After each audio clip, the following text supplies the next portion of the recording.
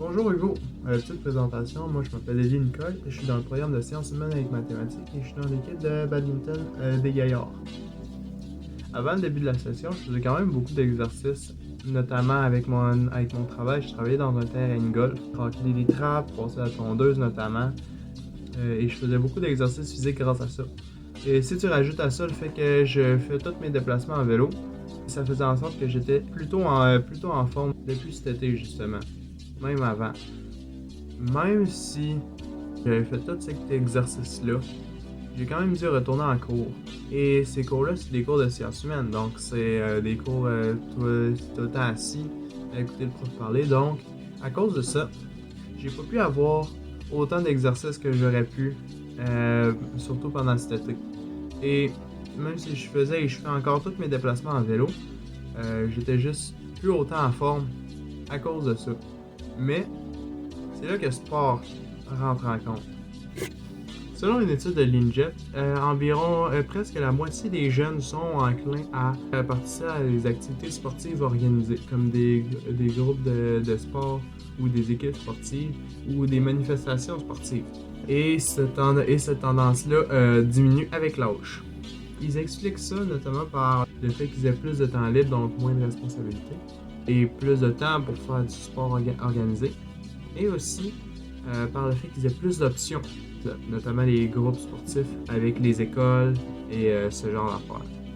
Mais moi personnellement, j'ai choisi de faire partie d'une équipe sportive, donc d'une activité sportive organisée pour d'autres raisons.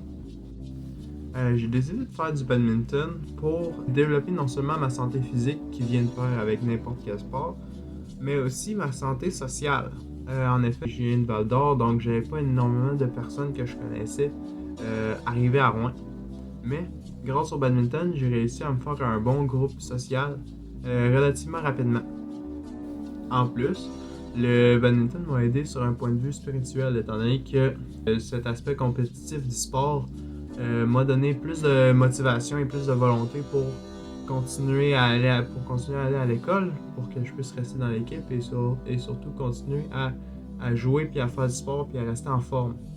Mais après, on peut remarquer en regardant mes résultats physiques que même après avoir fait du vélo pendant toute la session, même après avoir fait 4 heures de badminton requis par les gaillards, et même après avoir fait 4 heures de plus de badminton par semaine pendant la session, j'ai encore les mêmes résultats physiques au début et à la fin de la session. Mais ça, c'est parce que mon but premier, quand je m'entraînais, c'était pas d'améliorer mes résultats physiques en tant que tel, mais c'était d'améliorer mon jeu au badminton. Fait que je pratiquais mes coups, je pratiquais ma stratégie, je pratiquais mon mouvement, mais j'entraînais pas mes muscles en tant que tel, ni ma flexibilité, ni mon endurance en tant que tel.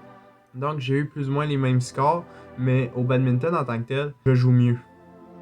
Par contre, ce qui a changé d'un point de vue santé, surtout santé psychologique, c'était des plus petites choses, notamment mon alimentation, mon, euh, mon sommeil et mon ergonomie, surtout quand j'utilise un ordi. D'un point de vue de la nourriture, notamment, j'essaie d'avoir le plus de protéines possible, mais aussi, j'essaie de faire en sorte, en faisant épicerie, d'avoir le plus possible de nourriture que je fais moi-même. Comme ça, je peux éviter le sodium excessif et éviter les gras trans et les gras saturés. Du point de vue du sommeil, j'ai commencé à utiliser les trucs qui ont été expliqués pendant la présentation sur le sommeil. Notamment, j'utilise plus les appareils électroniques avant de dormir et j'utilise plus mon lit. Je fais vraiment tous mes travaux, tout ce qui est sérieux, en dehors de mon lit, sur un bureau ou sur une chaise au moins. Et j'utilise mon lit pour dormir ou me reposer. La lumière bleue que les écrans utilisent, les écrans d'ordinateur, de téléphone, puis tout, selon certaines recherches, ils dérèglent notre système, notre horloge biologique. Parce que la lumière bleue qu'ils émettent nous fait croire à notre corps qu'on est encore le jour, ou du moins qu'on doit agir comme si on était encore le jour. Et à cause de ça, le corps ne produit pas de mélatonine. Et la mélatonine est utile surtout pour dormir. C'est pour ça qu'il faut faire sûr d'arrêter les écrans avant d'aller dormir.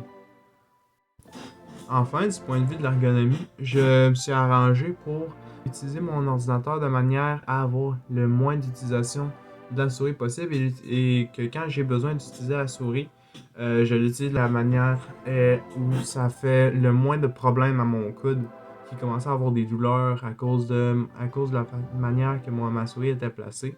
Donc, j'utilise plus de raccourcis clavier. J'ai déplacé un peu ma souris de façon à ce que ça me fasse moins mal quand je l'utilise. Donc, quel changement ça a fait? Du point de vue de la nutrition, déjà, j'ai eu plus l'impression d'avoir de l'énergie après avoir mangé et j'avais plus d'occasion de dépenser cette énergie-là. Je pouvais faire plus de sport pendant plus longtemps sans nécessairement prendre de collation ou quoi que ce soit et j'avais pas l'impression d'être épuisé ou d'avoir faim ou du moins pendant plus longtemps. Du point de vue du sommeil, déjà, il faut savoir que je faisais beaucoup d'insomnie avant. Donc, j'ai fait des recherches, j'étais allé voir du monde, j'étais allé voir des professionnels et j'ai suivi leurs recommandations, y compris celle-là du cours d'éduc. Et après tout ça, je commence enfin à avoir les signes que j'ai de moins en moins d'insomnie. Je me réveille pas à 3 heures du matin. Je m'endors beaucoup plus vite. Je fais 8 heures de sommeil que je peux quasiment compter. Et grâce à tous ces trucs, je suis capable d'avoir plus d'énergie pendant la journée aussi et d'être plus concentré, d'avoir une meilleure humeur. Donc, ça aide aussi à ma santé émotionnelle. J'avais intérêt à chercher sur le sommeil parce que depuis aussi longtemps que je le sais, j'ai des problèmes d'insomnie. Donc, l'exposé oral sur le sommeil et aussi d'autres recherches m'ont aidé à découvrir comment régler ce problème d'insomnie. Et comme ça, j'ai pu les symptômes associés au manque de sommeil, surtout sur l'humeur. Par exemple, j'avais des problèmes d'irritabilité qui sont corrélés au manque de sommeil et à l'insomnie par certaines recherches. Et même si j'ai pas eu la pire des choses, par exemple, il y a une corrélation entre l'épilepsie et l'insomnie ou même la dépression et l'insomnie. Mais moi, j'ai été assez chanceux pour éviter d'avoir ces problèmes-là. Mais l'exposé sur le sommeil m'a été très utile pour régler mes problèmes de sommeil. Et du point de vue de l'ergonomie, là, l'avantage, c'est que j'ai beaucoup moins mal au coude, j'ai beaucoup moins mal au dos aussi. Mettons que je passais beaucoup de temps sur mon téléphone de même ou sur l'ordinateur penché plus de même parce que mon écran était plus bas.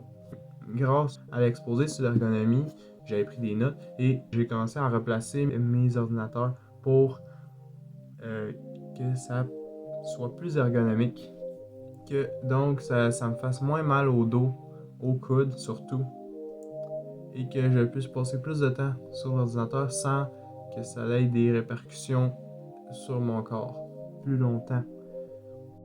Pour conclure, malgré que mes performances physiques ne se soient pas réellement améliorées pendant la session, cette session m'a quand même permis d'améliorer ma santé physique, psychologique et émotionnelle, entre autres grâce aux trucs donnés pour le sommeil, pour la nourriture et pour l'ergonomie, mais aussi grâce à l'équipe de badminton, qui a aidé surtout à développer mon aspect social et ma motivation. Merci de m'avoir écouté, Hugo. Je te souhaite, toi et ta famille, un joyeux Noël. Bye bye.